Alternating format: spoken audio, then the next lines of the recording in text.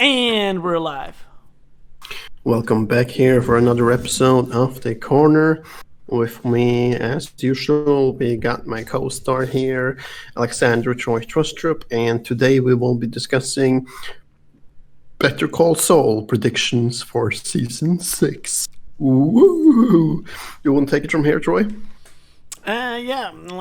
What is going to happen, and we are going to talk about this because I recently started a rewatch once again of this epic great show that is definitely worth rewatching, and I actually tell you why right now, because when you first watch both Breaking Bad and Better Call Saul, you are of course amazed and surprised by a lot of things that happen in the show, what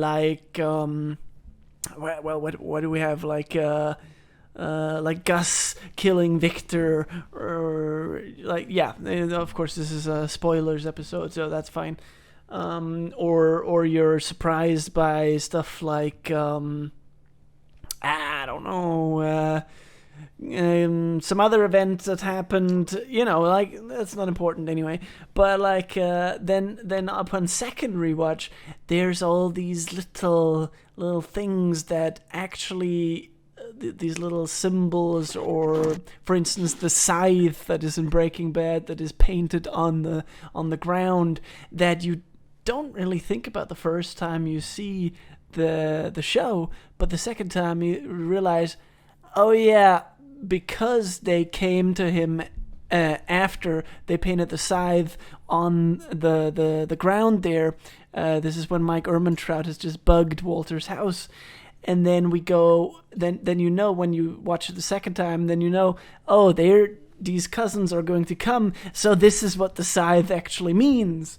And I mean, and I just mean Breaking Bad and Better Call Saul is full of these little details that makes it so much so thorough, actually. Something I wanted to take up there with Ed the vacuum guy. Is that his name? For instance, when he in Breaking Bad, then when he disappears Walter White, then Walter is so high profile for the authorities that Walter cannot get a job because in danger of being recognized. So he's just stowed away in that cabin like some freaking hermit. Like, you remember, don't leave the cabin and stay here and stuff, right? Yeah. And then when it comes to Jimmy, though, he gets a job as at that mall. What's that beeping in the background, by the way? It's the vacuum. No, not the vacuum. I'm sorry. It's the dishwasher machine. It's being shut off now as we speak. All right. Yeah. But that makes me believe that Jimmy is not as high priority or high profile for the authorities as Walter White was. Correct?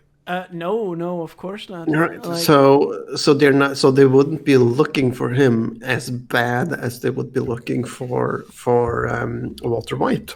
And also, that they couldn't get Walter out of the country, also because of this of how high profile he was. And that's why that he was. Yeah, that makes sense, though, considering that he's the top of the food chain, let's say that, or he becomes the top of the food chain, the kingpin, so to speak. He is the manufacturer. Jimmy is, or Saul, as he will later become to known, is just the lawyer. He's just like the shadow man who stands behind. Yeah, he's small. He's small fish. And also, I think the amount of offenses that he actually commits that are actually illegal are much less than Walter White, because the manufacture of this. I can't remember what they called it in the show of methamphetamine. They call it the official formula for it. Another good example of how much research the writers have put into the show. They research everything, like not just the term methamphetamine, but also they go beyond that and research the actual formula for it. The process that they're making it has also been validated by other real life professors. In chemistry, that is actually how you would make methamphetamine in real life, the chemical process of it. So I agree that they really go into depth with this show, and that they're also making, for instance, Ed do it differently for people to people, right? For instance, the Jimmy is able, and that's also like kind of realistic, because if you wanted to disappear a low-key person like Jimmy, then that could be done. That you could give him some new a job at Cinnabon in the mall, right? But for a high-profile dude like Walter White, who was the kingpin, you can't really disappear him. No. And not even out of the country, because still there he could be recognized. But that is also why Jimmy becomes Gene Takovich at the end, because he's able to, like. Actually, I find it interesting that when he says, "Best case scenario, I'm going to be running, I'm going to be managing a Cinnabon in Omaha," and that is exactly what he gets. So he gets the best case scenario for himself. And that's another thing that I wanted to, take up, that he says that, and that's exactly what happens. And I'm wondering if that's, what he has staged and arranged with Ed on a prior occasion, as an arrangement for, what if? Yeah, right. Could very well be, but creatively, from the writer's perspective, I think it's mainly just to enjoy the fans, or like to pleasure the fans with something, like so that we have the Cinnabon logo in the background in Better Call Saul, and then you can look at that and say, hey, that was back to Breaking Bad, because Better Call Saul is full of these little references back to Breaking Bad, of course. I was, by the way, Omaha. Omaha, that's Nebraska. Yeah. Anyways, I wanted to, touch base on that, predictions. What happens to Kim? Yeah, but before we do that, let me just I just want to put something else out there. Did you actually catch while watching Better Call Saul that Gene's the new identity of Gene is that he was born in Washington, or he's from Washington, the state Washington.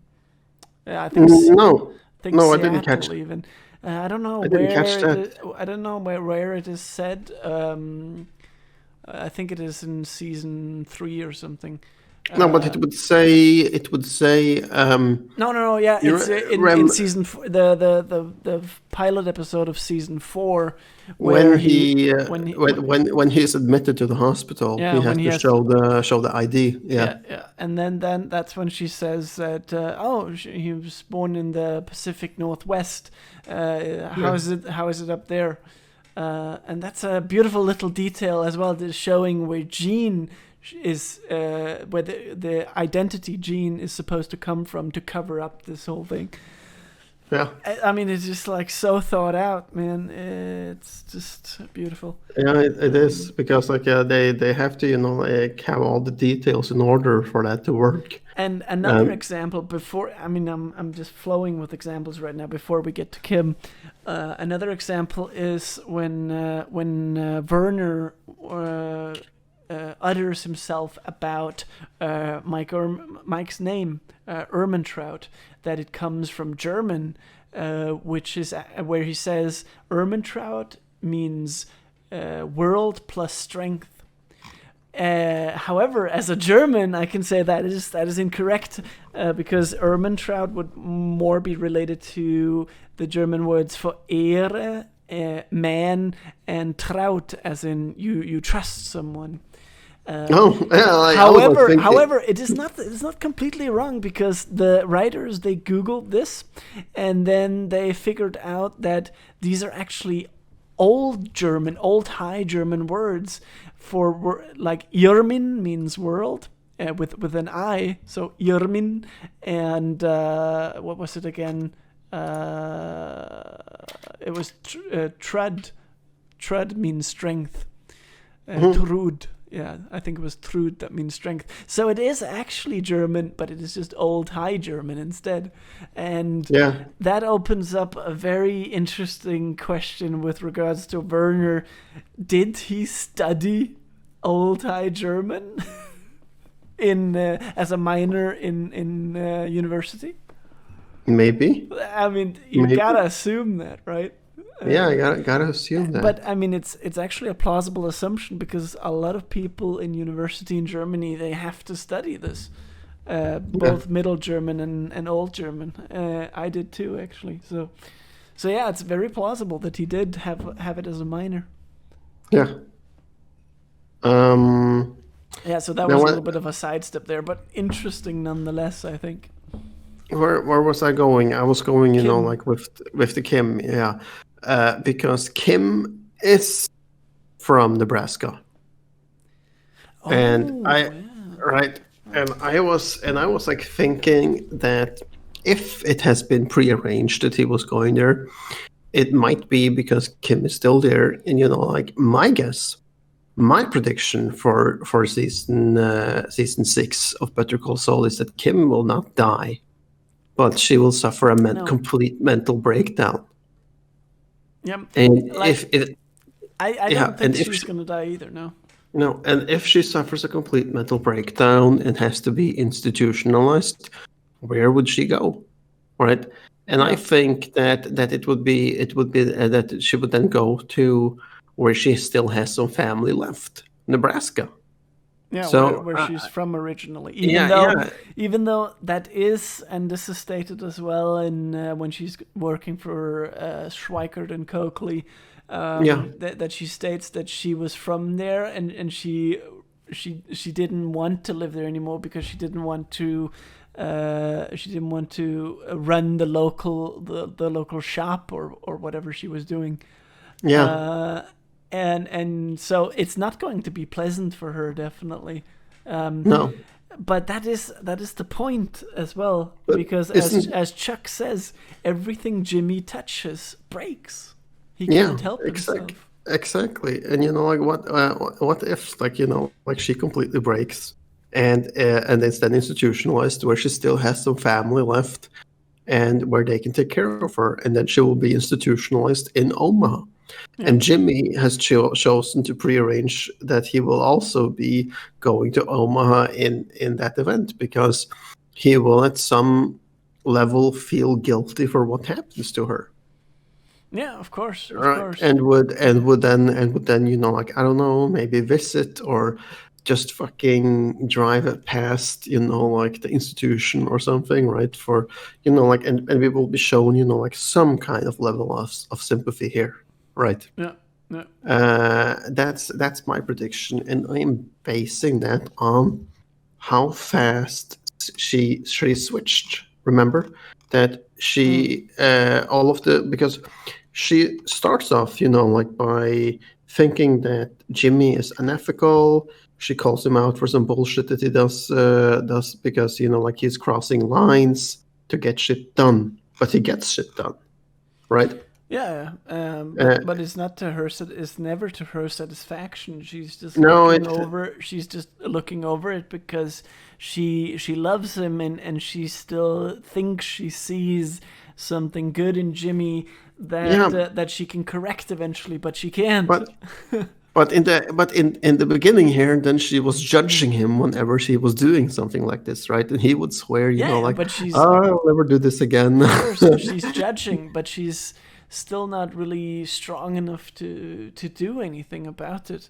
And Frankly, then I think the place where she shows the most strength is when she takes over for Jimmy when he's talking to Lalo at the end of season yeah, 5. yeah, That's showing where some major yeah, that's where she really steps in and just like show some major balls yeah, there. Yeah.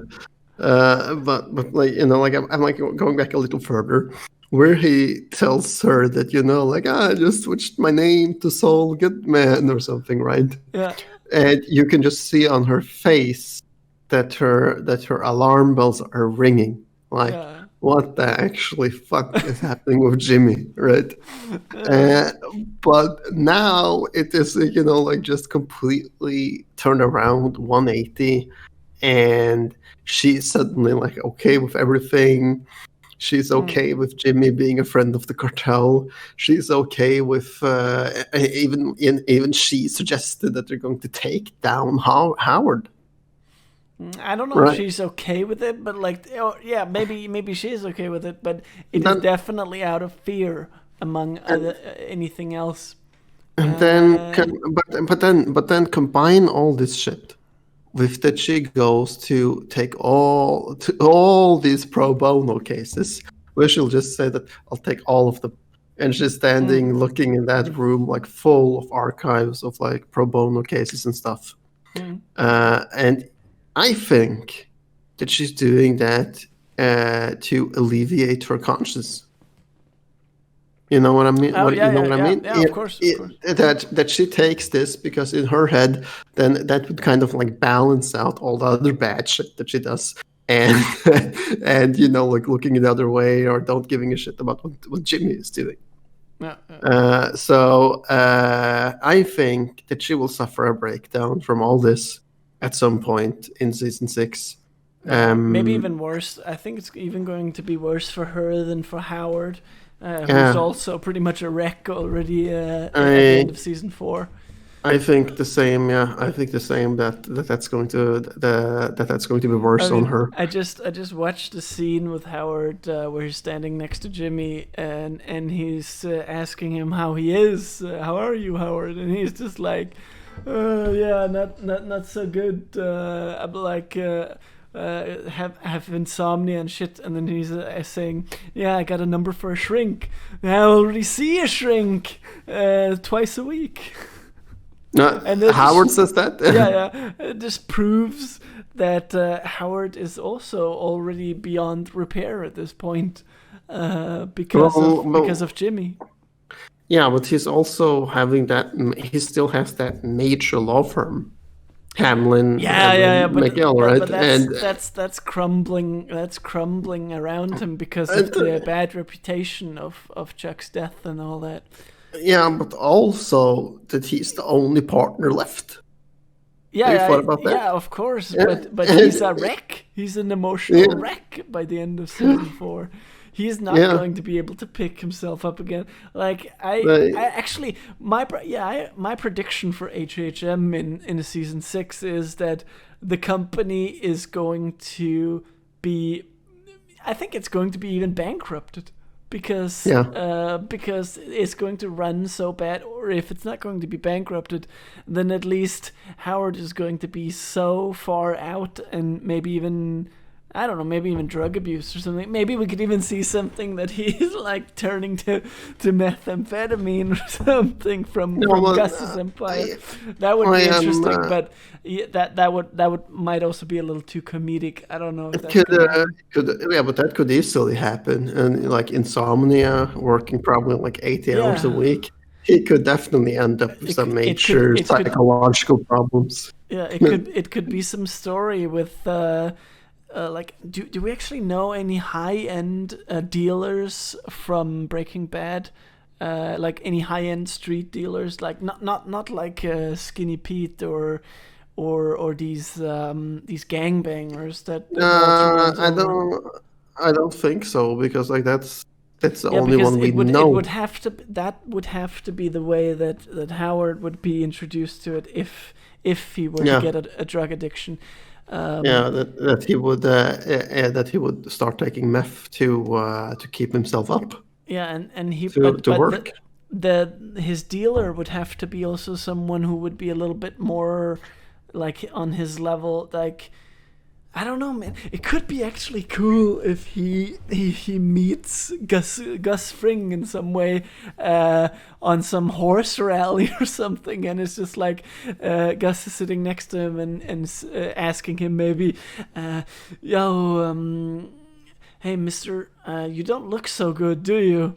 And then Howard is like, nah, man, my sleep rhythm is totally fucked, and yeah, saying some bullshit like, yeah. And then Gus is like, I got something for you. Yeah, that would be cool, but I don't think so because Gus is a person that wants his hands clean at all time in public. Yeah, but it could also So he be wouldn't he wouldn't be carrying Oh yeah, right, it's true. he wouldn't be carrying drugs or weapons at any time. Yeah.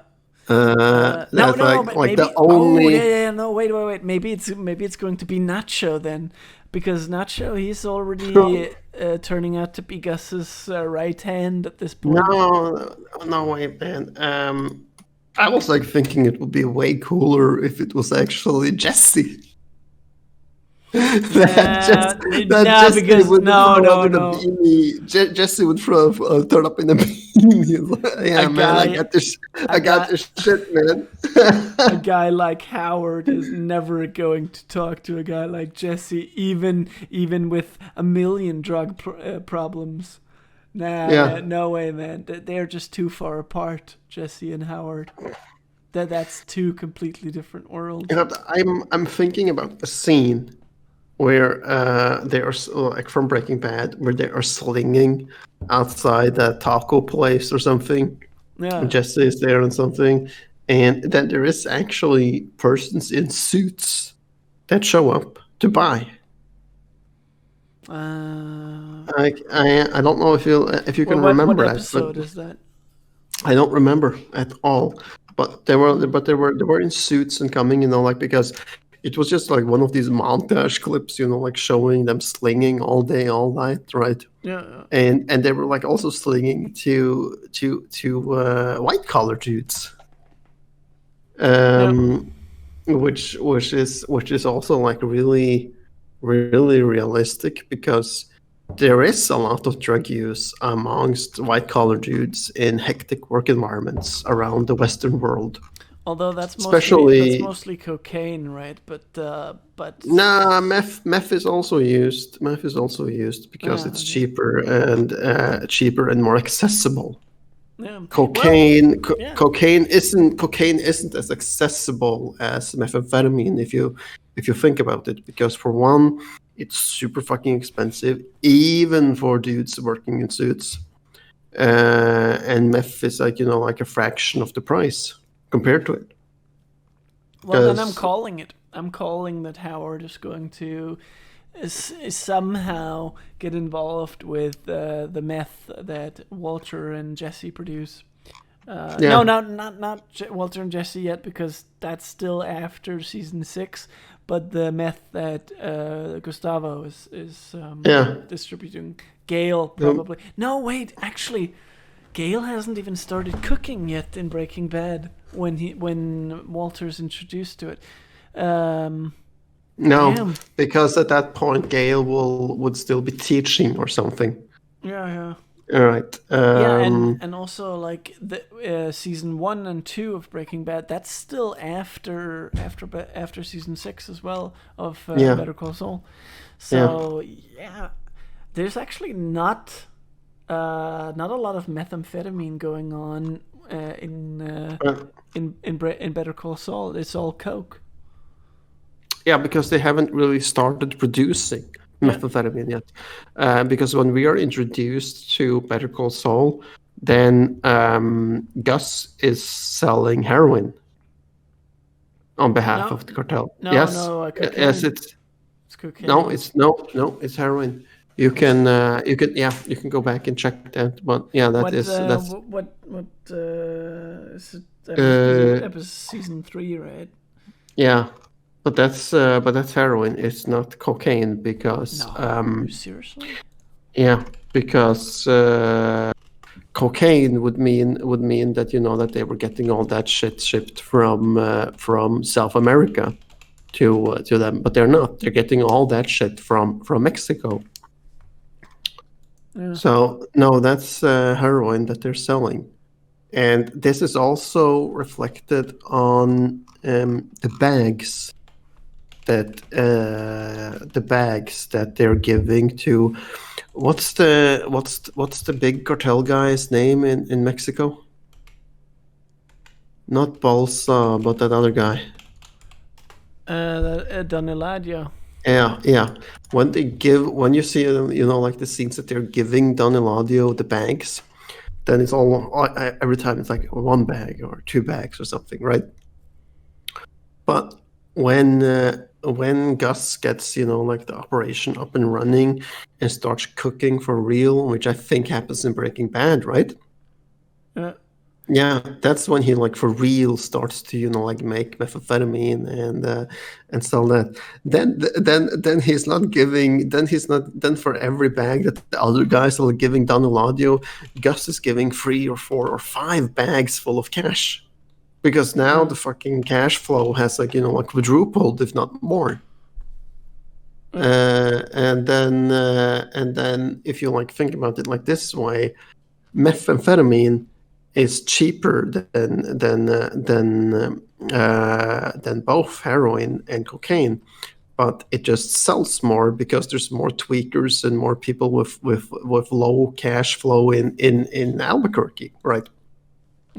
So if they were actually selling cocaine, it wouldn't happen in Albuquerque because the market would be non-existent. It wouldn't be enough people with enough money to buy the shit, so it wouldn't be lucrative for them. Yeah, I gotta correct you, man, from before. It is cocaine. It is not. There's no, both on the fandom wiki of Better Call Saul and Breaking Bad and on the normal Wikipedia, there is no mention of heroin anywhere. But it is. Wow, it is cocaine. I thought it was heroin for sure. It is now. Jesse is taking heroin in season 2 with Jane. Yeah. Maybe that's what you're like mixing up. Yeah. Yeah, because And maybe that's what I'm mixing up. And I was like for sure that would have been heroin. But anyways, that still proves it, because cocaine is more expensive than meth, but still meth is the drug in demand because of the value. Or worth. I can read aloud the little description here from the wiki. After establishing himself in Albuquerque, Gus secretly looks to end his dependency on cartel cocaine by producing and distributing meth on the U.S. side of the Mexican border. Wow. Yeah. Okay. But Okay. yeah, that's obvious. That's what we already see.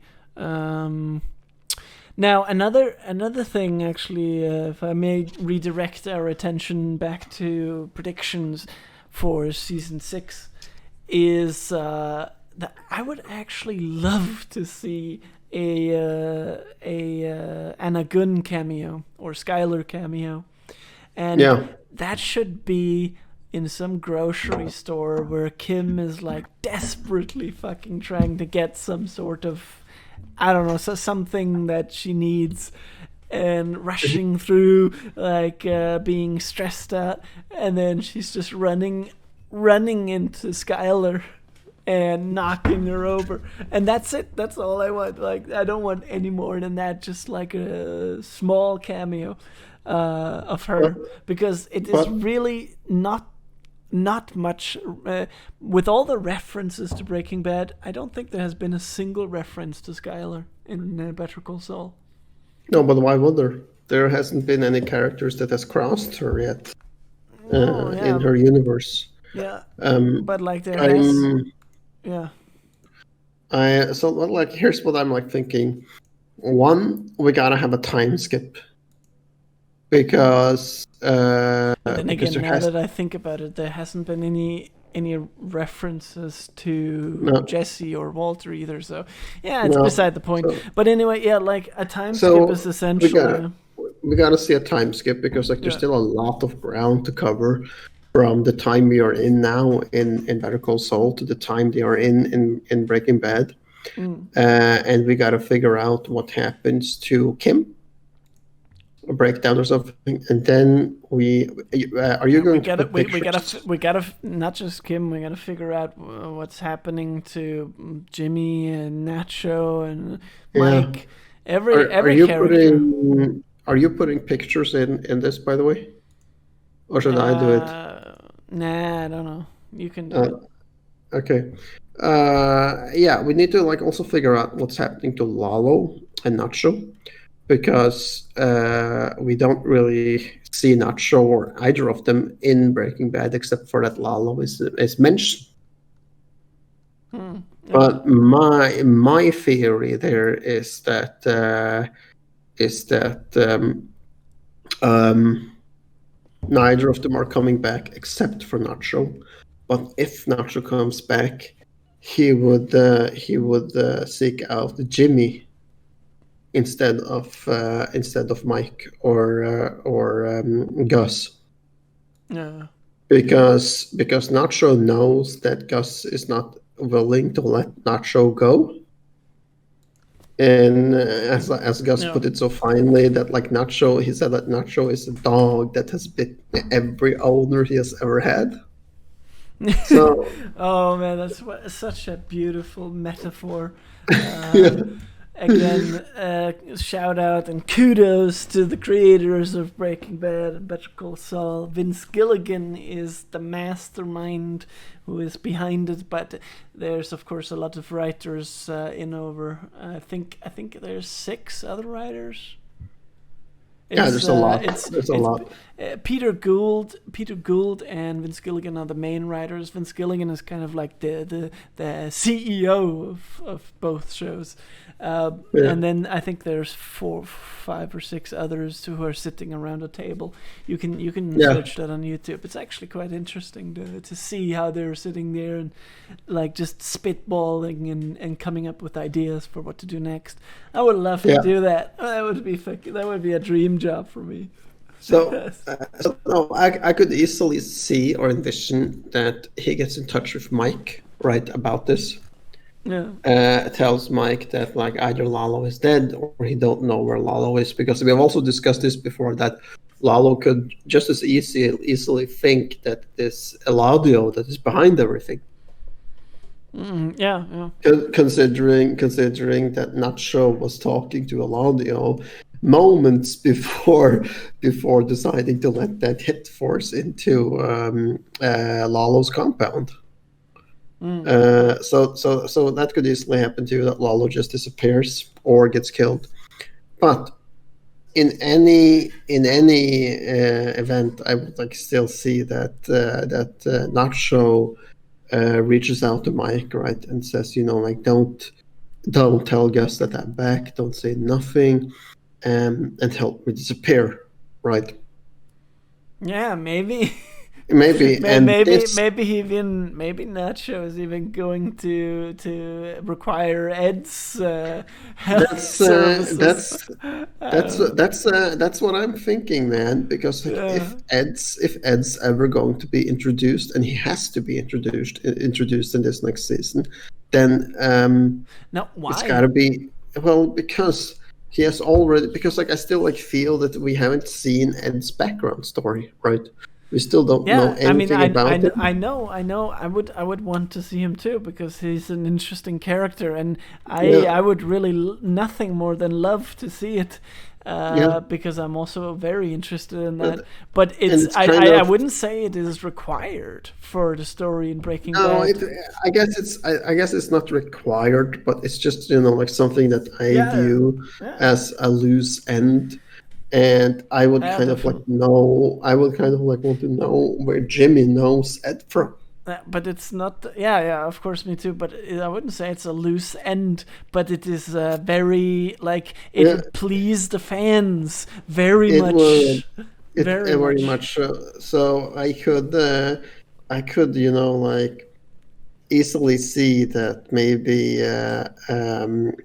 Mike knows somebody like this because from the times that he Oh has yeah, been a detective or something, right? And yeah. knows that, like, yeah, man, like I got you. I know somebody in this area that can arrange that. I mean, Ed has like this is a good point because Ed actually has to be some sort of, or has to have had some sort of past in law enforcement. Yeah, Otherwise, how would he be able to pull all this off I with I think disappearing so too, people? and also he has to be connected Yeah, out of the wazoo, considering that the social security numbers that he puts on the driver's cards yeah, actually fucking checks out.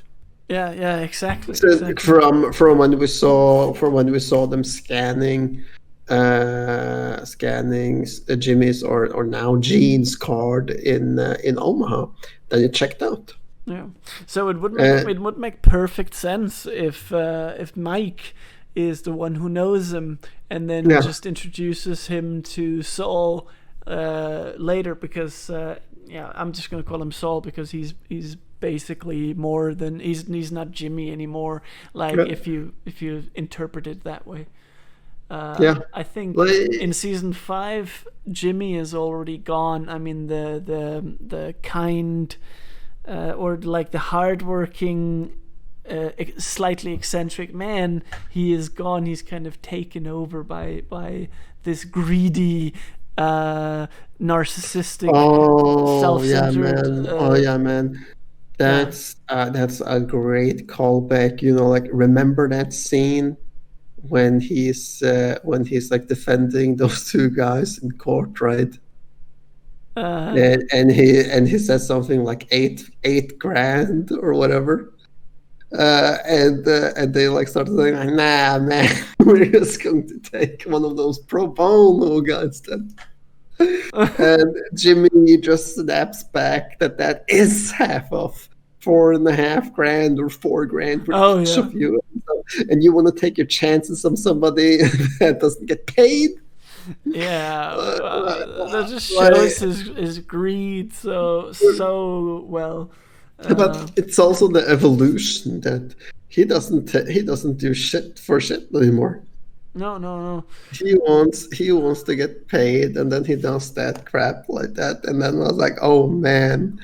Um, and then and it still ends up getting like 8 or 9,000 from these two meth addicts. But in a way, it's actually like if you, yeah, in a different perspective, you could actually say that in a way, Jimmy has always been greedy, actually, and it's the same thing with Walt, who was kind of corrupted already from the very beginning. Who was also actually there's a lot of similarities between Jimmy and Walter because they're both greedy, they both have delusions of grandeur, and they like want to reach the top of success for any reason, like no matter the cost, basically, Yeah, for any yeah, means necessary. yeah. Uh, That's true. That's true. and they don't care Uh, about they're both greedy, they're both egoistic, they're both narcissists. Yeah, Um, yeah. that reminds me, like of one of the commercials with Jimmy. Then it's like mass murderer, terrorist charges, unlawful entering or something, right? Yeah. Murder. Call Saul Goodman for swift justice or something. Oh yeah. Which, like shows that, like he will just take any case and defend anyone Yeah. for the right price.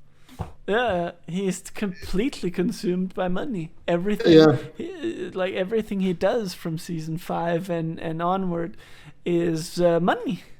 I yeah, mean, best example is the highest rated episode of Better Call Saul of all time, Bagman, with the yeah, $7 million. yeah, yeah. Even Where though he that's goes, yeah yeah, where he says to Lalo so casually, 100 grand yeah, or and something. even though that's not for him, it still is a great symbol that he's carrying these bags, and it is actually breaking him down. That I think, like, there's so much symbolism in that episode as well. They Mike and him walk through the desert, and the bag of cash symbolizes his greed, and the desert around him symbolizes how he's broken down because of this money, Yeah, how he's basically just a machine that is just fucking accumulating yeah, money.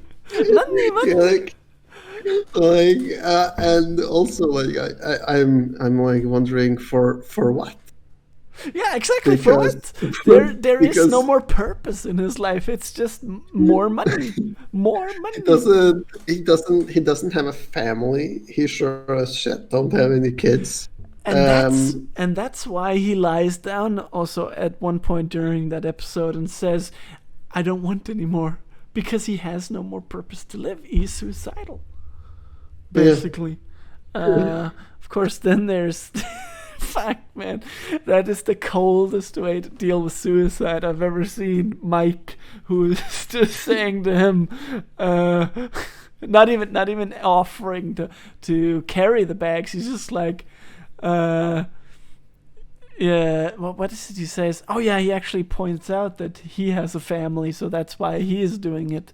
But yeah, yeah, yeah. That's what where he's like saying that I don't care, because but if I were to die now, then I would know that I did everything yeah. humanly possible for my family in the end. But actually, if you notice, that is the same argument that Mike makes there as Gus makes when he convinces Walter to keep cooking. What Yeah, does a man do, Walter?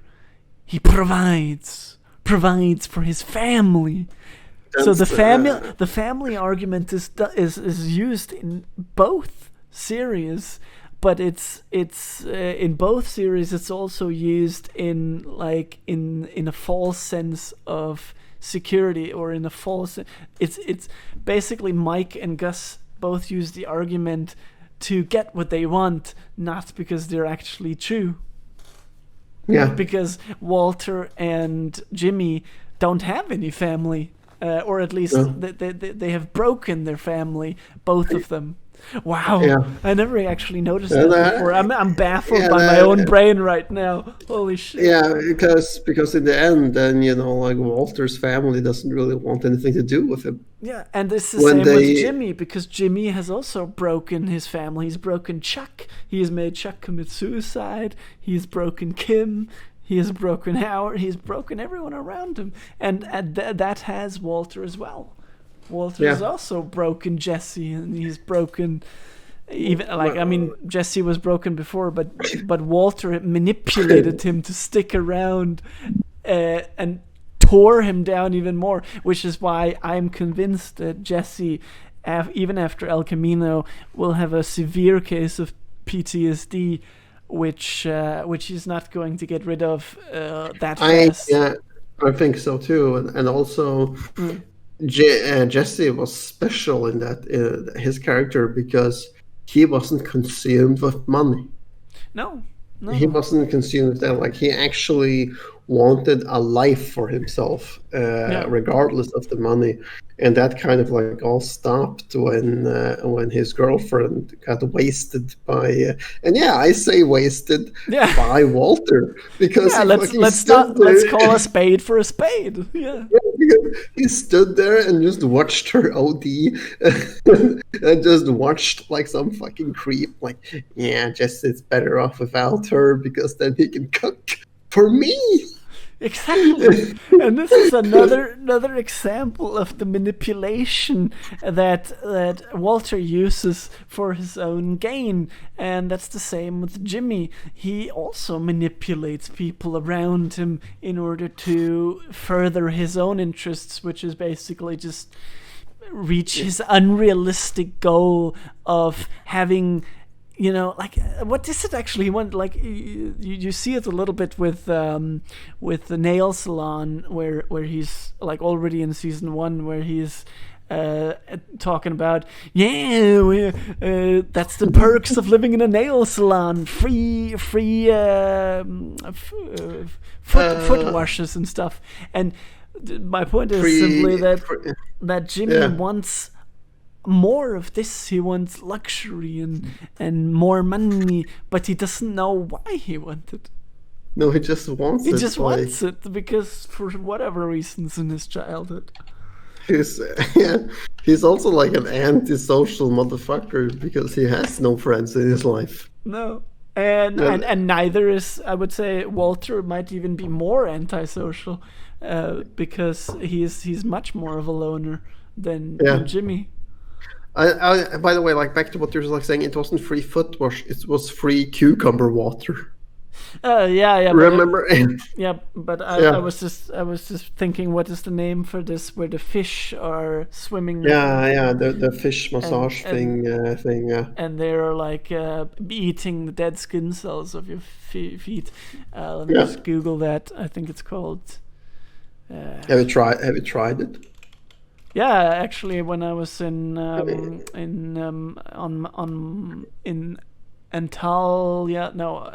I think it was Alanya in Turkey. How was it? Weird. Like, fucking hundreds of fish just like nibbling at your feet. You get this krilling sensation in your foot, like this. I don't know how to describe it, man. Try it, guys. Try it for yourselves. But no, so that's where we are now. We're like thinking that Howard will have a breakdown, Kim will have a mental breakdown, Lalo will either end up dead or just disappear. If he ends up dead, though, it has to be some more spectacular death than just Mike coming there with his gun, with his fucking monkey-like dead expression on his face, just drawing his holster, drawing his gun from his holster, and then bam, that's Lalo. I could also see that that Lalo catches up with Nacho. They have a fist fight, and then Nacho manages to spin that, who do you think wants you dead? It was Eladio. That's what he said to me during our conversation. that he said, I take you out and I get a seat at the table. Right, and if he says that convincingly enough, Lalo could think, "Oh shit, I need to get the fuck out of here," or something, because that's what I like think that since we never get, think about it, we never get any confirmation that Lalo is dead. Even in Breaking Bad, when he's mentioned to Jimmy, when Jimmy mentioned it, it wasn't me, it was Lalo. No, it was Ignacio. Did Lalo send you? It wasn't me. It was Ignacio. Yeah. So now that you bring, okay. The fact that that we never got that confirmation kind of leaves it open that Lalo is still alive and Nacho could have disappeared with Ed. Or with Ed's help. Yeah. I mean, I would want to see that, actually. Yeah. I'm not gonna lie here. That would be very interesting, and like that would, for me, that would close the series in a very nice way. But we know that, and we know that Nacho wants to fuck out.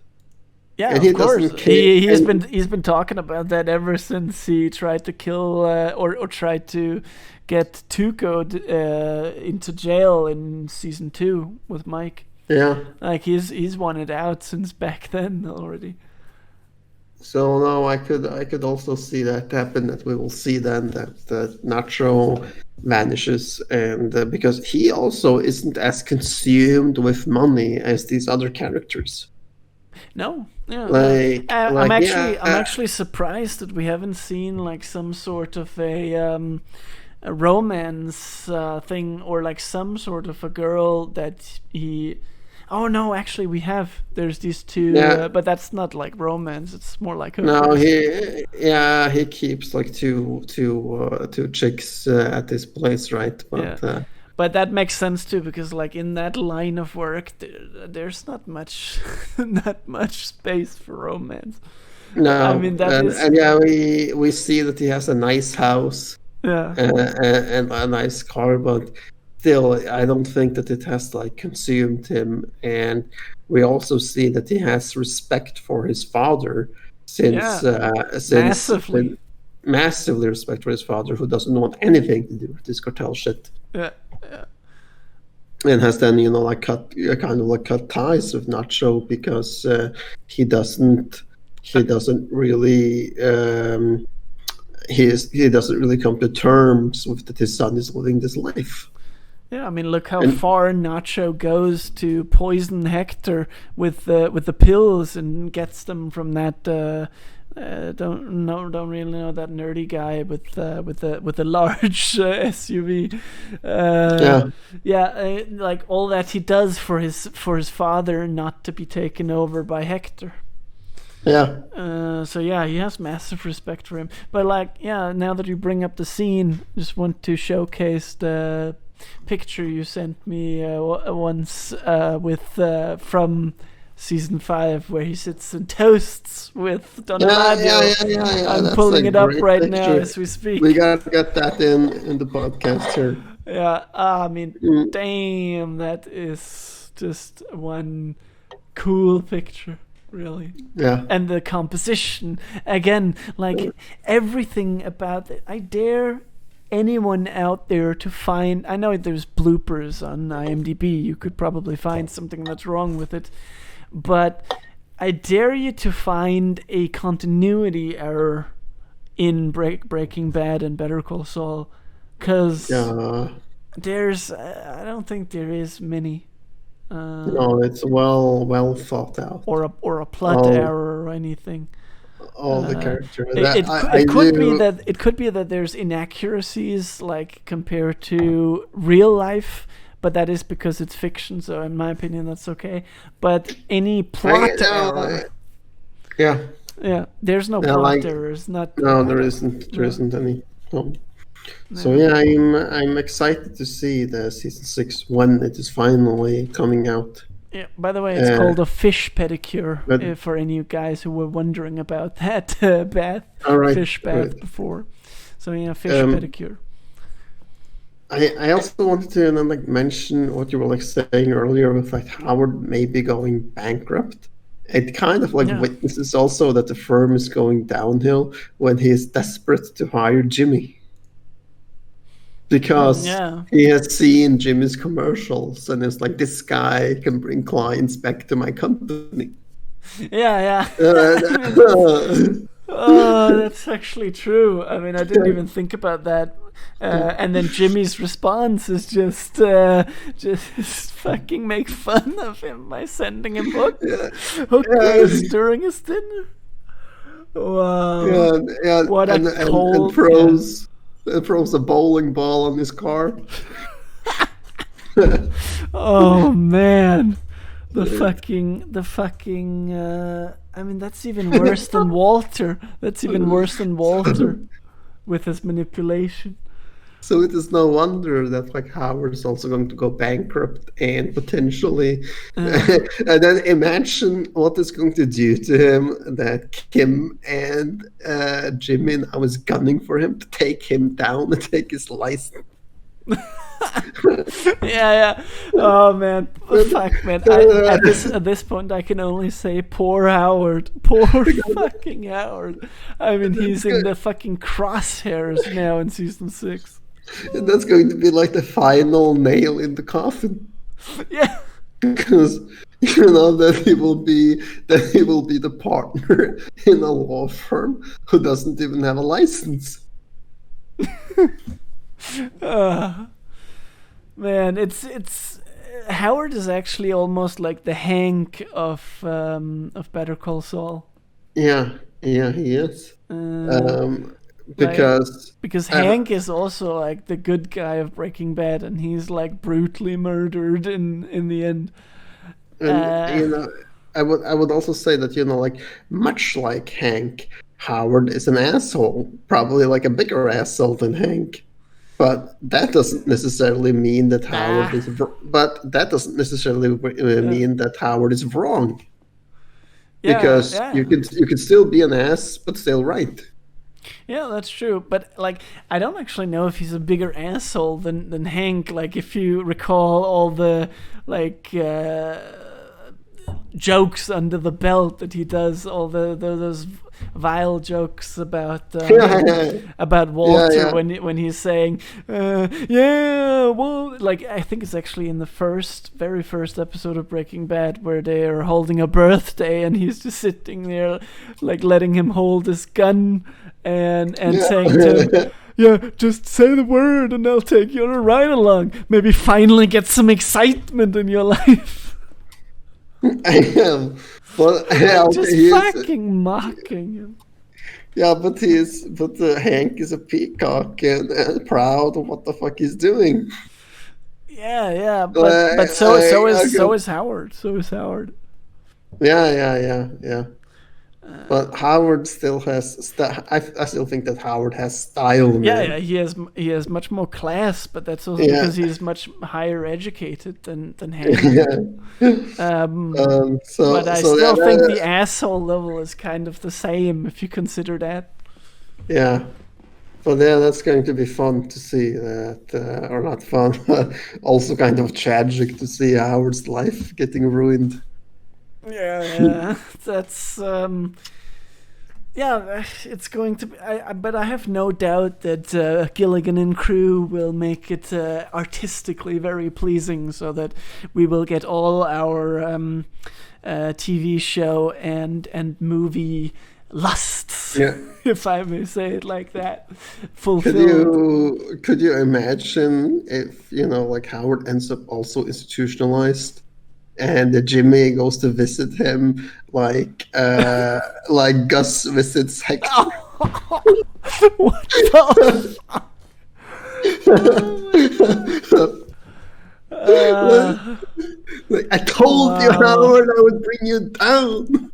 I mean, that's gonna no. I mean, like if you think about it, like Gus has way more reason to hate Hector than Jim. I mean, that would really, if that happens, then I would really say Jimmy is much worse than Walter. If he hates Howard so Yeah. much because of why? Because But like that's the thing, like when Vince Gilligan was asked what happens to Jimmy, like if he dies or whatever, right? yeah. He said the question is not what happens, it's what do you think this character deserve? What do you think Jimmy deserve, or or Saul Goodman deserves? Yeah. Right? Because Oh yeah, that's another interesting point. We are already on an hour almost, actually, but that's cool. We'll just keep it yeah, running. This is going to be a Better Call Saul special, I think. yeah, No, but that's another good point. I would love to see, if not a Gene Takovic episode, like a black and white episode, then at least like half an episode, like 30 minutes of black and white with Gene, where we really get his story told, yeah. like But, all the way to the end. but Uh, also, do you think there is a chance for redemption? Because a chance of uh, redemption for that character would mean that he would actually have to realize all the shit that he's done in his life has been wrong, uh, or motivated by the wrong reasons. I hope Uh, not. I actually and hope not. I I and like I was. I don't. Yeah. No. Yeah. Yeah, Okay. no, like you go ahead. No. Yeah. I was actually glad that Jesse got redemption, even though he still has a PTSD. but because Jesse is actually much more of victim in all this than either Walt or Jimmy. So Here's I don't. Yeah. here's another thing though. I mean, like Jimmy has a new life. He's like the managing of the Cinnabon whatever in Omaha, and there is like like nothing that is stopping him from like building a network in Omaha, talking to people or going on dates or something under this new identity. But still, he chooses to be the loner in in the house, watching old reruns or old videotapes of his commercials, of the Saul Goodman commercials, and drinking. Yeah. That's what he does when he gets home. Like, did you notice that he goes home, watches reruns or videotapes of his old commercials? Yeah, drinks, of himself. of himself. Yeah, I mean, if that's himself. not narcissism, then I don't know. Yeah, that's as narcissistic as it gets. Like, what the fuck? And then like then checking if the diamonds are still there. I gotta mention that too. Like diamonds, we gotta also like see where the diamonds come from in the next season. Yeah. Like if you guys that's listening don't remember it, I will put some pictures up here. But in Breaking Bad, when Saul leaves the office, he punches through the wall where it's hollowed under the stick. Like the, what do you call that in English? The tapet. The tapestry. Tapestry. Yeah. Then he just punches through that, and grabs a bag or like a black bag which contains diamonds. And these are the same diamonds that we see him counting up or no, it's not a bag, it's a box, I think. And then we see him counting these up in one of these black and white scenes in Better Call Saul. And that's that's actually not a black and white scene. I just saw it in I think it was season 4. Yeah, season 4. That's actually a color scene, and I was actually confused by this too. Why this was in color? But I mean, you get that it is post-break. That it is in Breaking Bad. Because it's his office. It's the office with the Constitution on the wall and stuff. So I'll say that the word I was searching for earlier was wallpaper. He's punching through the wallpaper in his office as he's making the escape in Better Call Saul, and he grabs that box of diamonds. Yeah. But yeah. That's going to be interesting to see where those diamonds came from actually.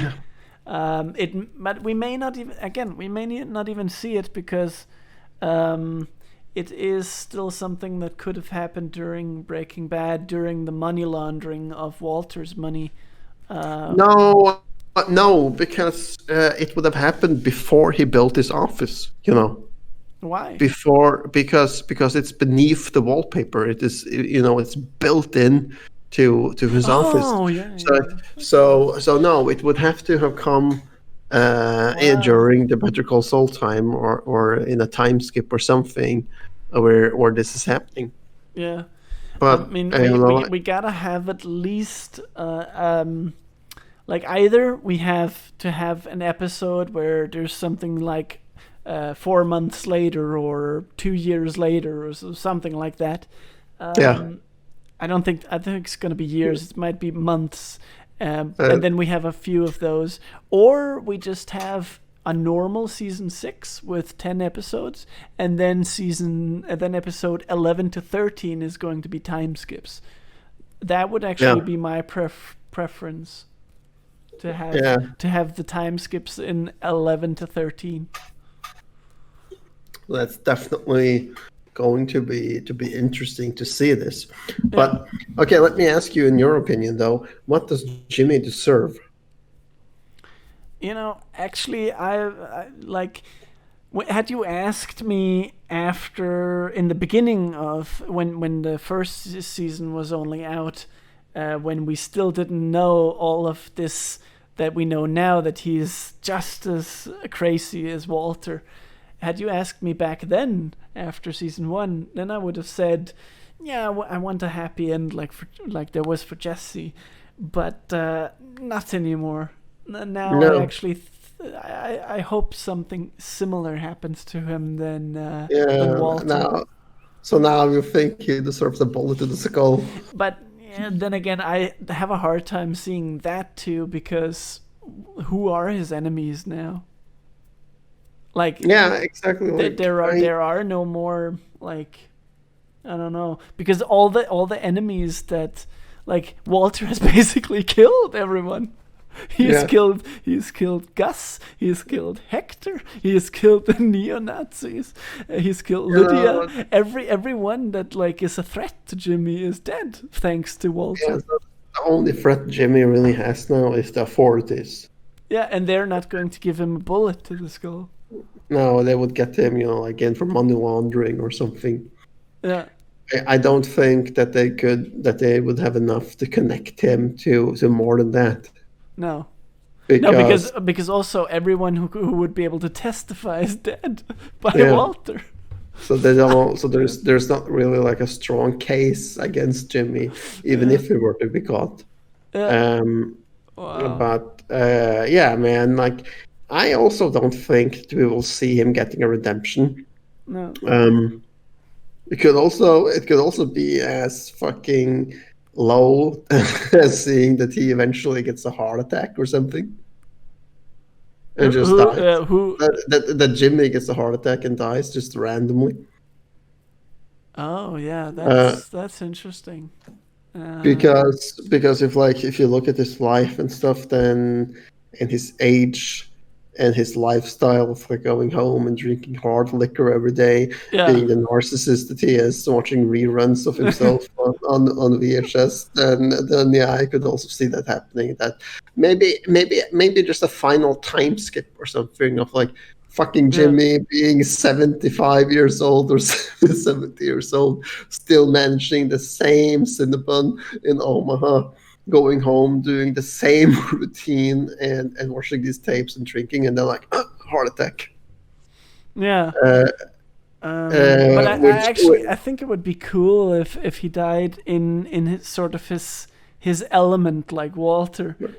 Still like I think I want him to die because I think he deserves that, just like Walter. But but let's make him die in his element. So let's let him die maybe in a law library or I don't know. But hey, man, what if like remember when we saw him collapsing or passing out at work, right? In season 3 of Better Call Saul. Yeah, something like that. What if that was just a foreshadowing to him getting a heart attack at the job? Yeah. That could also be. So it's extremely difficult to see here where they're going because Vince Gilligan also said, like in the beginning of the show that Jimmy's ending wasn't written yet, so anything could happen. So they haven't, like said the same as they did with like Walter when they were writing Breaking Bad, that Walter dies in the end no matter what. Yeah. Right. Yeah, of course. And to all the conspiracy theorists out there who are thinking, is Walter dead? Even though we don't see him in El Camino, he might still have been revived by those cops who came in. He was riddled with bullets. And like no one, I mean, there are videos on YouTube that describe how the bullet just grazed him and that he still could be alive. But Vince Gilligan has already confirmed that he is dead, so he is dead. Yeah, but they also say this exactly when Jesse is listening to the radio. Yeah, after the escape, right? Then you read my mind. Day after. Yeah, you read my mind. So then it's kind of like confirmed via that. Yeah. So no, like definitely interesting to see where they're going to go with Jimmy, but I don't see him returning to practicing law No, definitely because that's a done that's a deal done now. deal.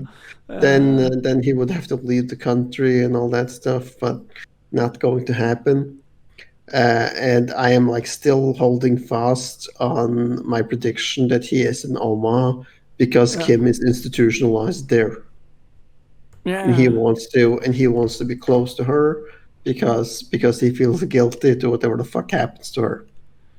But I don't know if he deserves to be with it because this is post Breaking Bad, remember? So, Yeah, so like like he yeah, I don't know. Like I'm thinking about what Chuck said with that Jimmy is like tearing everyone down, and I just don't. I don't think he deserves to like be able to tear her down with her being so old as she is at this point as well. That wouldn't be a good ending for me. no, Like but still, like of course, it wouldn't have been intentional. It no, wouldn't have been intentional, no, no. No, no, but like you said, like nothing. you Nothing said, that Jimmy does is ever intentional. But my point is, my horror scenario for the ending is that he moves into some institution where Kim is, and he's sitting at her bed, and then she's actually like out of love. He wants to see her and he wants to tell her that he's sorry and all that stuff, but then she's actually traumatized by seeing him because yeah, because of what he has done to her in season 6, which we have yet yeah. to see. And then she actually gets a heart attack and he gets a heart attack, and then that would be the worst way to end it, in my opinion. Yeah, I don't think that that's going to happen. Like they could also just have it, that he's just going to continue with that fucking life of running that Cinnabon, because that's also kind of like a death sentence, in my opinion. That he's Yeah, just going to continue running that place and be alone for the rest of his life, yeah, that's right? actually true. Yeah, because for a guy like Jimmy who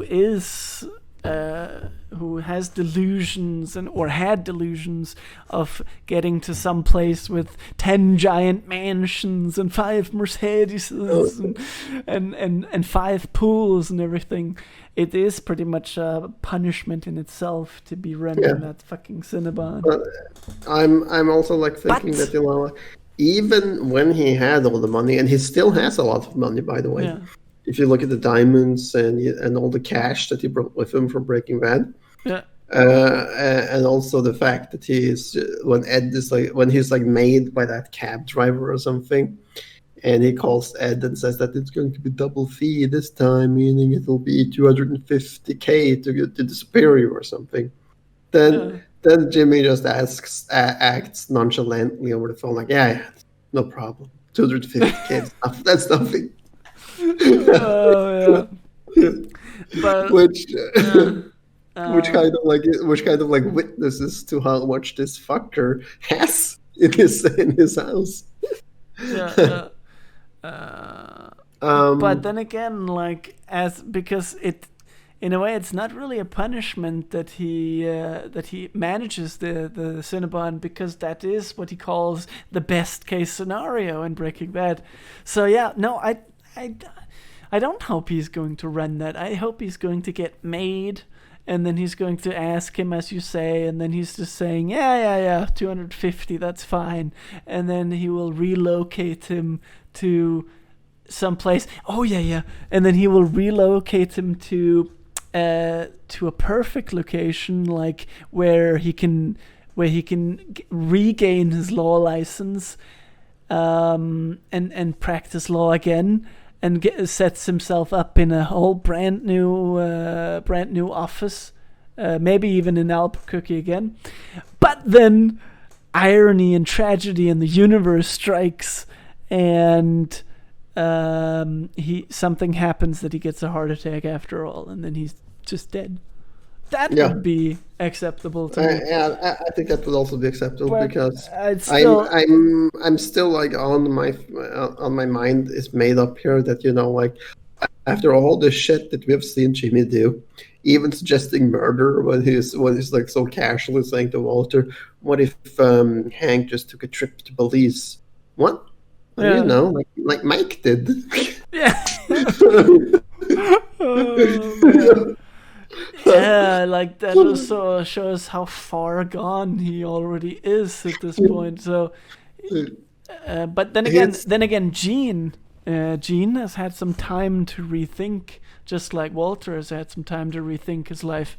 So, Yeah, in the end, I don't actually think. if that was the case, then Gene wouldn't still be watching fucking videotapes of Jimmy McGill or Saul Goodman. He would have realized that, oh man, I did so meant so many things so wrong and got consumed or something, right? Yeah. But it didn't. So so that's a kind of like, you know, like evidence of that, you know, that he has learned nothing. He has actually learned nothing from all this, and he can't be redeemed because, you know, he would just do the same shit again. No, yeah, that's true. And no matter where he would become like a lawyer again in the US, he would still weasel him way into the criminal community and start setting people up, and probably also starting to, you know, starting again to suggesting trips to Belize for certain criminal elements. Yeah. So no man, like Jimmy or Gene deserves nothing. Nothing. No, not in my opinion either. But like, I was just thinking to Walt again, and how he actually had that, because you can clearly feel that Walter is much more enlightened after he's been up there in New Hampshire and spending all that time where he thought over his life, where he also says, I didn't do it for the family, I did it for me. But that still doesn't mean that he is any less delusional about the grandeur, because he still wants revenge on these. It's not money anymore, but it is. Well, actually, it is, because he still wants that money to. He still makes that fucking plan with Elliot and Gretchen, and fucking hands out the money to his family. So in a way, he still has that delusion of grandeur, but he's more clarified, let's say it, about it. But he's still like he's still money greedy as fuck even after that, as is Gene as well. These characters learned nothing. No, from their time in seclusion or whatever. They didn't have a big. Walter got a little bit of clarity, and I hope that Gene maybe will get some clarity after he has been. After he's been made in season 5, maybe that's going to give him a little bit of clarity too. But then he is also still going to I actually hope the same thing is going to happen like with Walter, where Walter wanted to do one last Hail Mary against the neo-Nazis, and that's the same thing with Jimmy. He's going to make one last attempt at the fucking law, and that's going to fail drastically. Yeah.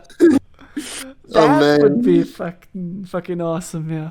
But another thing I'm like thinking of is that in Better Call Saul at this time, he is essentially homeless. Have you thought about that? No. That he is, because like he's living in Kim's. He's living in Kim's apartment, but he doesn't have a home. He doesn't have an apartment. You mean in? No, he has the nail salon. Yeah, but that was gone since he didn't pay rent or something from it.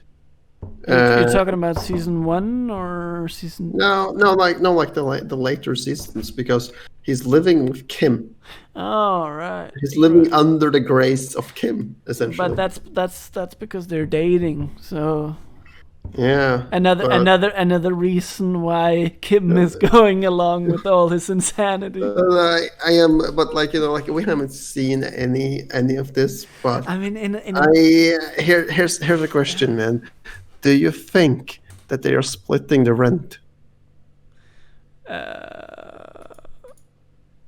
Yeah, that's a good question. Because I don't think so, man. I think that Jimmy is just hoarding cash without giving. But I think the more interesting, the more interesting question is, or like the iakttagning. I can't remember the English word for it now. Observation. The Observation, yeah. more interesting observation is how Kim and Skylar are so much alike as well, because Skylar is also just going along with all of Walt's insanity as well. Yeah. Feeling Well, like the victim, even though she's not really the victim. well, I am so sure, man, that Kim is going to break. Yeah. Remember how she just continued to fucking work, even with her leg broken after that car crash? Yeah. Like, Yeah. which kind of like witnesses that she's unable to take a break.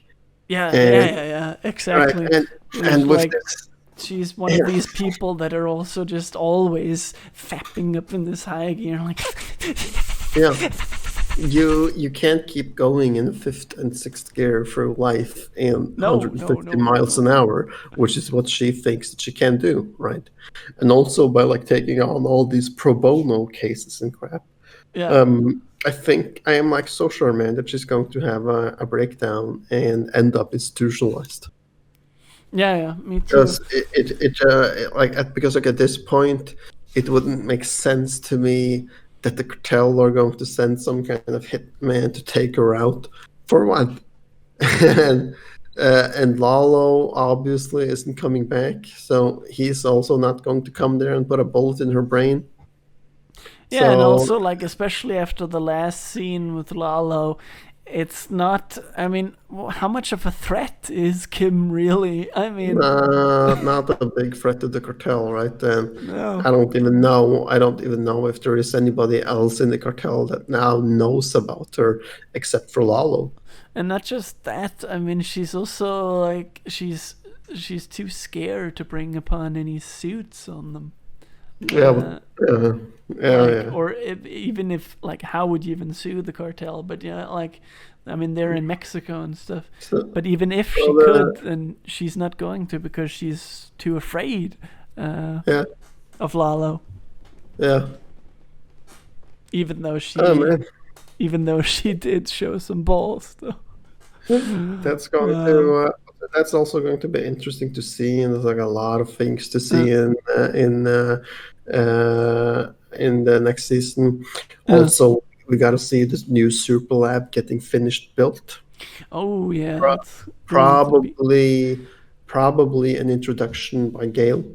going to be Since story candy right there. yeah, Story candy, plot uh, candy, plot candy. yeah.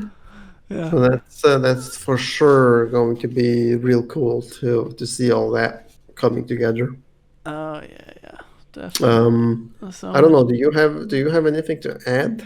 Yeah, I was just thinking more about how where I want Jimmy to die, because like I was suggesting law library before, or some sort of, or a courtroom, like getting a heart attack in a courtroom, and then the camera zooming out into the ceiling, Yeah, zooming out from him, like Walter White. That would be kind of cool. Or yeah, passing out. He passes out on as he walks up to the judge's chair, like in the middle of the room, and then just collapses onto the judge pult, the thing that the judge yeah. is sitting with. The pedestal Yeah, the thing. Yeah, pedestal. Then just collapses onto that with a heart attack, and then you see the pandemics are being called in and stuff. That I'm would I'm be, yeah.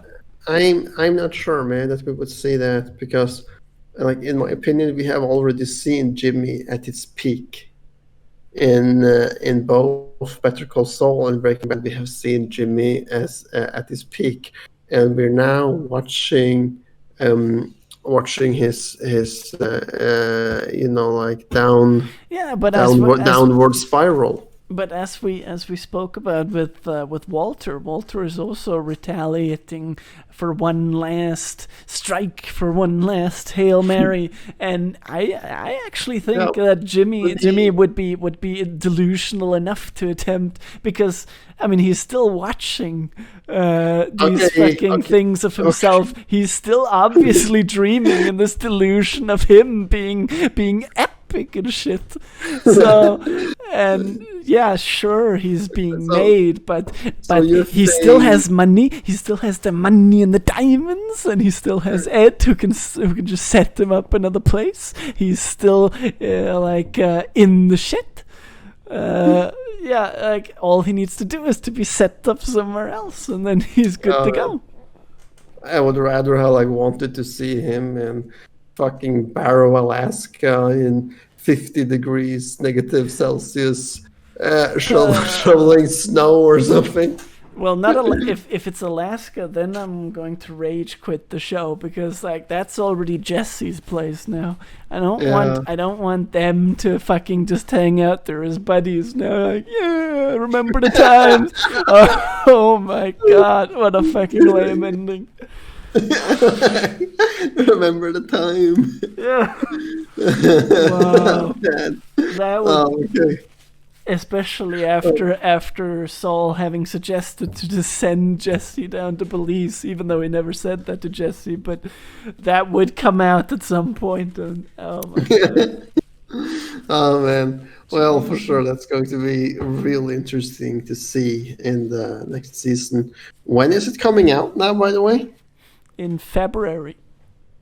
Is it set as February now, even with this I Corona can. COVID-19 crisis? Yeah, I'm pretty sure I checked it just a few. 90% sure. I can check it though. It says Uh, 2021, so if not yeah, February, then at least, at the very least, fall, May or fall. fall Yeah, 2021. fall. Yeah. Because they gotta set all this shit up. And, But I don't know. that's actually an interesting point that we just have to touch on this, because there is the fucking COVID situation, so we do have to take that into account. What do you actually think? Like in general, this is not about Better Call Saul, but in general, just how do you think this is affecting the TV industry and the movie industry? Majorly, Yeah, yeah, me too. fucking majorly. Um, Also because movie theaters around the world Yeah, no, are that's theater. No, no, only, no, that's theaters. That's the showing of it. I mean, like the acting and the like the sets. well, a How? lot, since they have to, like, wear face masks. They can only be certain amount of people, restrictions. Um, I mean, shit, man. But Like yeah, Tom Cruise is filming the next Mission Impossible movie in Norway at the moment. uh, And I'm like thinking of like how many fucking people he called before they could grant him and the movie team some relief on these restrictions and just start filming, because he called the prime minister of yeah, Norway like at least like one or two times, and then he called like another minister and another minister before like finally they will let him and the film crew into the country. yeah. Like I'm sure a lot of people are aware of the restrictions of Yeah. COVID, but I'm just wondering like how many will actually live up to it. I mean, how many film studios or TV production crews will actually take this into account? Like, I'm sure there's going to be tons of production crews in Hollywood. Like, not, Well, maybe not some of the major league, but some of the minor league who are just going to say, "Fuck it, we'll fucking produce. We'll keep producing." yeah, yeah, I couldn't agree more that And maybe it's going to be a problem with sex scenes and more erotic yeah, stuff. that that has already been a problem in some of the new shows that's coming out, that they had to cut out sex scenes and stuff Yeah, that was originally going to happen but I because it mean, would be even too even that, close. I mean, I can't. I mean, there has. I think there must. I mean, of course, there is some directors out there who are eccentric enough to just say, "Oh, fuck COVID. What's that? Fuck that. I need to make my movie." Well, it's also like, here's another thing, man. It's not every country in the world that is maintaining restrictions against COVID-19. No, yeah. Like Especially you go to some of the third world countries. yeah, I mean, like you go to Serbia, then there's nothing. They don't give a shit. Yeah. You go to Croatia, they also don't give a shit. And I don't know, but I don't assume that there's like a big fucking COVID-19 careness in Turkey and the Middle East either. No, but that's actually. But this is we can talk about this in another podcast too, because we're already on 1.5 hours for this Better Call Saul special. But yeah, that also just shows how much more socialistic the West is. Like we actually care about our weak and old people, because like if we didn't, if we were all just like ultra conservative and ultra like naturalistic, we would just say, well, that's just nature's will, the strongest survival of the fittest, you know. Darwin and I Ching, man. Darwin and I Ching, just roll with it. But that's not what the Western societies are about. We're actually caring. We're actually socialistic. Regardless of how much the US is saying, no, socialism is the devil's work. Well, and also now Trump has also terminated any agreement with the World Health Organization about creating a vaccine, and saying that America is going to create a vaccine, and we're going to create a vaccine for Americans. Wow. Wow, that guy, man! What all the crap that he has said over the past 4 years. I really don't hope that they reelect him again. Fuck, man. Jesus, sure, man. 4 more years of bullshit in the news. If he manages to pull a vaccine out of his ass before the election, he'll be reelected. Yeah, that's true, but he's not going to, because what does he know about the fucking vaccine? Because it doesn't. Because like even if he says it, doesn't mean that it has to be true, right? You come out with some fucking fancy ass sci-fi blue liquid in a glass, saying, "Hey, we got the COVID-19 vaccine." You know how much knowledge Trump has about the COVID virus? He has about as much knowledge about that as an ant has about the philosophical works of Arthur Schopenhauer. He has enough knowledge to suggest that we all just inject disinfectants directly into our bloodstream. Oh my god. Fuck, man. Yeah, I don't know, man. But anyway, like, do we have any more concluding thoughts on Better Call Saul? No. Because that's kind of like why we're here, not here. I mean, of course, we have to take COVID into account because the movie industry is also affected by it.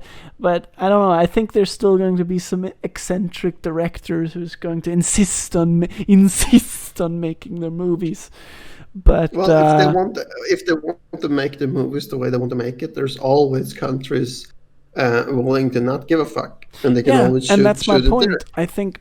But I don't think Vince Gilligan is one of them. He's not going to fucking take production crew and the set to some fucking to Yemen and say, no, we're shooting here. And that reminds me, that they were shooting an episode of Better Call Saul in the desert, and some of the actors were worried about rattlesnakes. Oh, right. No. And then they were like filming on some Indian reservation, and they had provided them with a snake expert or something from the tribe. Yeah. And he just said, "Don't worry about the snakes. It's too hot for snakes." And then I'm like thinking, holy shit, man, then it's fucking hot.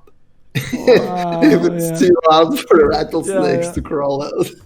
Wow. Shit. But I can imagine, like the New Mexico desert in the middle of the Yeah. day at noon. Wow. I mean, it's also just like scary how how there's still so much desert and of course there will always be that much desert over there because you can't really build anything there because it's simply so hot.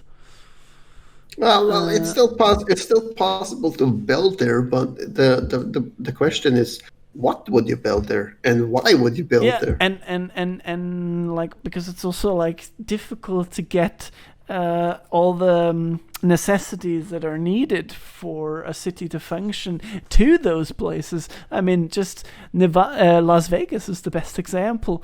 A fucking city in the desert Like, where they have to why? use billions of dollars to fucking get water supply and what have you. Like why would they build a city like Vegas in the middle of the desert? Makes absolutely no sense.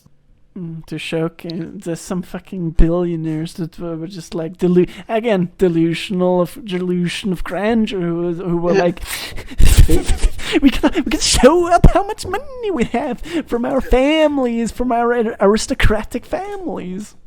Yeah. Well, Because that's crazy. America's built on these super rich families. What were they called again? These super rich families. About the oligarchs, No, or the what? Rothschild family, right? Rothschilds and Rockefellers. Yeah, Yeah, Rockefeller yeah. families. Probably fucking families like them who were just like, we gotta showcase how much money we have by building a city in the desert.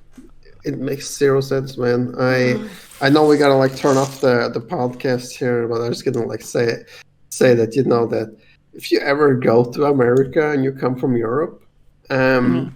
pavements are not a thing in America No, because exactly. because I heard that from my brother when he was over there as well. Like there's just roads for cars and that's it. like they will have it in the mega cities like New York City, Chicago, Los Angeles, Arizona, Phoenix, and stuff because like Yeah, they are built with the infrastructure for so many people, right? And it yeah. has to be also built for people walking. But you go to any of these like other smaller cities, even also Las Vegas, man, Mm. then there is like pavements on the strip, and that's it. That's fucking it. You go outside of there, like, man, Oh. no payments. You gotta get the fucking car, man. Wait, Uh, man, what? Or like, I got a question here, like in Connecticut. Hey, man, what the fuck are you doing? Well, I'm walking. Why? I'm hiking. Oh, all right. He's hiking. Oh, poor soul. Oh, poor soul. He's too poor to buy a car. That man. yeah, and that's another thing. Like because the cars are so cheap in the U.S. as well as in Germany, because they're largely car manufacturers. Then the only people who are not able to afford a car are basically homeless people, or like the very low end of the spectrum, people that live in like slums and stuff. Yeah. Because everyone else has the financial capabilities to buy a car. Yeah, it just makes no sense to me because if I were living in a place like Chicago, New York, DC, or something, right? Yeah, Why the fuck would I even have a car? I will probably yeah. I will probably just use a bike and the metro, and that's it. It's just strange, like how Americans apparently would rather want to spend an hour in a traffic jam than just use a damn bike. Yeah, I yeah, and mean, it makes zero sense to me. Like, I can totally understand that you need a car if you're out on the boonies or outside of the big cities where you are like really in or you don't really have the infrastructure to it. But if you're living in downtown New York, why would you need a car?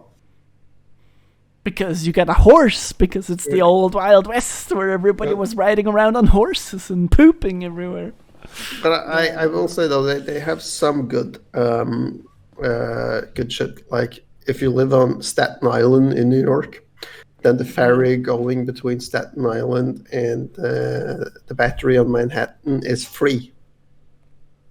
Oh, yeah. And that's some good shit at least. Yeah. But anyway, we've gotten a little off topic from Like so, I'm gonna round it off here. Yeah, but let's just like quickly there. No, let's just let's see if we have some final concluding thoughts on some of our predictions for season 6. Let's see if we can just like round up some of these that we've been through. I would like to see Jimmy's death, of course, showcased in a very artistic way. Yeah. Regardless if he dies in the age that he is or old. Yeah, exactly. Like regardless of, I wouldn't want to see a Gene time skip though. That's kind of like that's gonna be too complicated again if we're going to go that far into the future. Like because this is already post Breaking Bad, and if we then another time skip post Breaking Bad, post Gene. Yeah, post Gene. That's too complicated. I get it. And then we want to see what happens to Kim. Oh yeah, definitely. We want to get an explanation for the diamonds. And this one I'm going to demand, since it has now been featured twice, both in Breaking Bad and in Better Call Saul. Then I'm going to demand an explanation for these diamonds. But I have faith in Vince there, so and Peter Gould that they will see to that. But and then Mike, of course, we gotta get Mike rounded up as well. And then we're going to see what are we going to see rounded up about Mike? Well, just like how he gets more involved with the lab. And sets that up. More involved with the lab, or more? Okay, yeah. Because he's still actually noticed that he's still not. Hold on. I have a point because I was thinking about this when I watched the show. Mike in Better Call Saul is not near the corporate head of security that he is in Breaking Bad yet. He's not near the fucking authority figure yet. That just reminded me, like on the guy that they got to finish the lab. Hold on. But also, like in Breaking Bad, Saul also says to Walter when he wants to hire these assassins that Mike knows them, or like he knows 2 assassins, but Mike knows them too. And who do you think gave me their names? That was Mike. So where does Mike know these assassins from? Okay. So that's what I mean. That's what I mean with wrapping Mike up as well. Where does Mike meet these assassins? I just like thought about like what you said, like the lab and stuff. When they sent the Germans home and then they brought the first guy back again. The guy that came and was like, and doing the measuring the laser, like, I'm gonna be finished here in a week. I wonder the reason why he didn't get the job. Then they still chose to get that guy back. Man, that is so epic. Like spending all of 5 minutes checking it out and just saying like, how long is this gonna take? Yeah, like about a week. Right. Oh man. And then it was like, okay, so you're going to build a top secret super super lab, and all that follows with it, and elevators and all kinds of crap in a week. Yeah. Like, Oh. But yeah, that's Mike, and then Gail, of course, we want to see a little bit of. I don't know how much there's going to be to tell there. and a but- wrap up from the storyline of Lalo and Nacho. yeah, of course. And Howard's breakdown and possible fall into drugs. Yeah. I think that's about it. That's about it. Yeah. So I'm gonna round it up here and try and put the button up here on this YouTube thing if I can figure it out, and tell you all to like, share, favorite, subscribe, whatever. And post your comments and tell me what you want to see next. And if you like these kinds of like stuff, then we will for sure put up more Breaking Bad and the Better Call Saul theories. For sure, because now this has taken already 1 hour and 45 minutes, and I really don't feel that we're near done yet discussing all the various theories, because it's such a huge universe, and it is, in my opinion, the best two TV shows, the best TV show and the best spin-off, and actually the longest spin-off that has ever existed, I think. I don't think there's any spin-offs that have gotten more than 6 seasons. So, yeah, the best shows of this decade, of this century, I think, actually. So, yeah. Yep. Well, the corner out. See you all for the next episode.